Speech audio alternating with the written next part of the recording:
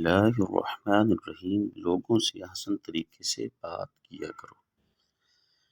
ایک دکاندار کہہ رہا تھا خون کی بوتلیں 100 روپے کلو، خون کی بوتلیں 100 روپے کلو۔ میں نے حیرانی سے دیکھا تو پتہ چلا وہ سرخ انار بیچ رہا تھا۔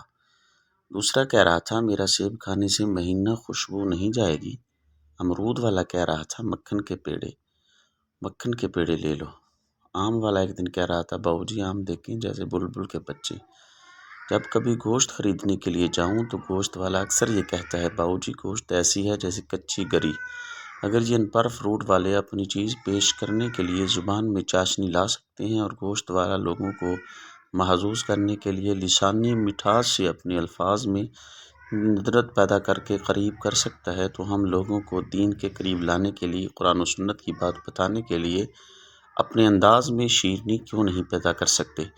گفتگو اتنے حسن طریقے سے ہو کہ سننے والے کے دل میں آپ کی بات بھی اتر جائے اور آپ کا لہجہ بھی نقش ہو جائے۔ دین سے یہی تو ہمیں حکم ملا ہے، وَقُولُوا لِلنَّاسِ حُسْنًا، یعنی لوگوں سے حسن طریقے سے بات کیا کرو۔ فَهَلْ مِن مُدَّکِرٍ، ہے کوئی جو نصیحت پکڑے؟